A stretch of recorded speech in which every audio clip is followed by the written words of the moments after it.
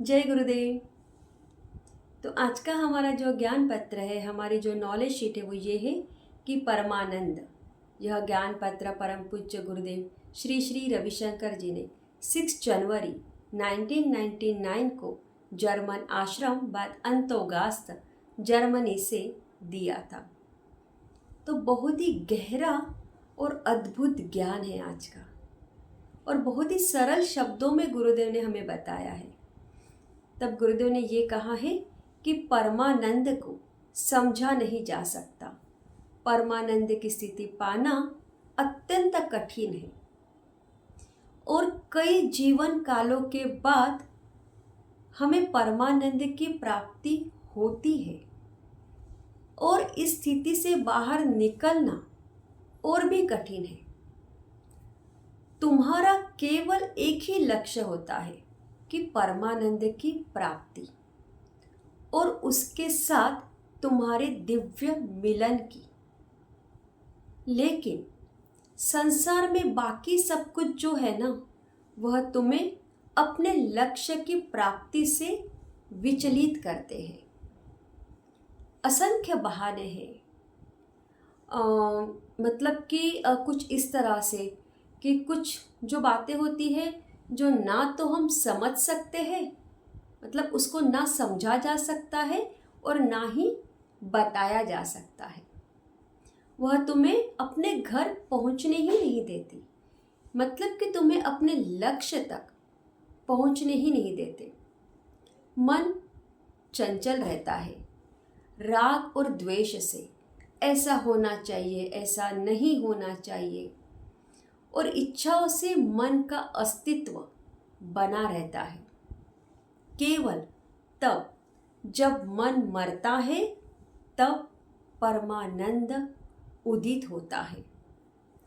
परमानंद वास है दिव्यता का, सभी देवों का। केवल मानव शरीर में ही इसे समझा जा सकता है और इसे बनाए रखा जा सकता है। मानव जीवन पाकर तथा इस मार्ग में आकर भी अगर तुम्हें ये समझ में नहीं आ रहा है ना, तब तुम्हारी सबसे बड़ी हानि है। राग और द्वेष तुम्हारे हृदय को कठोर बना देते हैं। केवल व्यवहार विनम्र होने से कोई लाभ नहीं। व्यवहार के रूखेपन को सहा जा सकता है, लेकिन हृदय की कठोरता को नहीं। देखो, संसार ये परवाह नहीं करता कि तुम अंदर से कैसे हो। वह केवल तुम्हारे बाहरी व्यवहार को देखते हैं, लेकिन परमानंद, उसको तुम्हारे बाहरी व्यवहार की कोई परवाह नहीं होती। वह तुम्हारे अंदर देखते हैं। कभी भी अपने हृदय को थोड़ा सा भी राग द्वेष का अंश मत रहने दो। इसे तो गुलाब के फूल की तरह ताज़ा, कोमल और सुगंधित बने रहने दो। यह एक ऐसा माया जाल है कि तुम किसी व्यक्ति या वस्तु को अगर ना पसंद करते हो, और यह तुम्हारे हृदय को केवल कठोर बनाता है, और इस कठोरता को निर्मल होने से विलीन होने में बहुत समय लगता है। यह एक ऐसा जाल है जो तुम्हें अनमोल खजाने से दूर रखता है।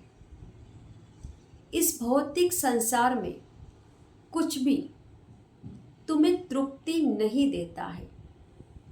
बाहरी दुनिया में संतुष्टि खोजने वाला मन कभी भी तृप्त नहीं हो सकता, और यह अतृप्ति जो है ना, वह बढ़ती ही जाती है। शिकायतें तथा नकारात्मक स्वभाव दिमाग को कठोर बनाने लगता है।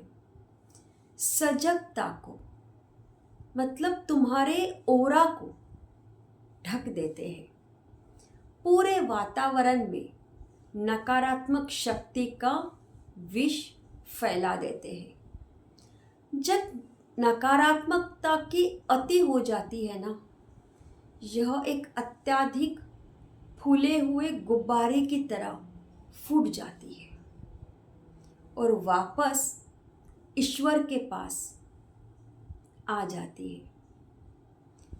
तुम ईश्वर से कभी बच नहीं सकते, चाहे नकारात्मकता का लंबा रास्ता अपनाओ या तुरंत पहचानने वाला या तुरंत पहुंचाने वाला सकारात्मक मार्ग। जब दिव्यता उदित होती है, तुरंत परिवर्तन आ जाता है।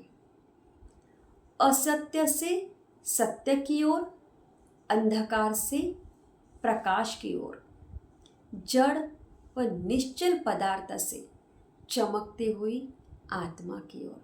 तो बहुत सुंदर आज का ये ज्ञान पत्र है परमानंद। जय गुरुदेव।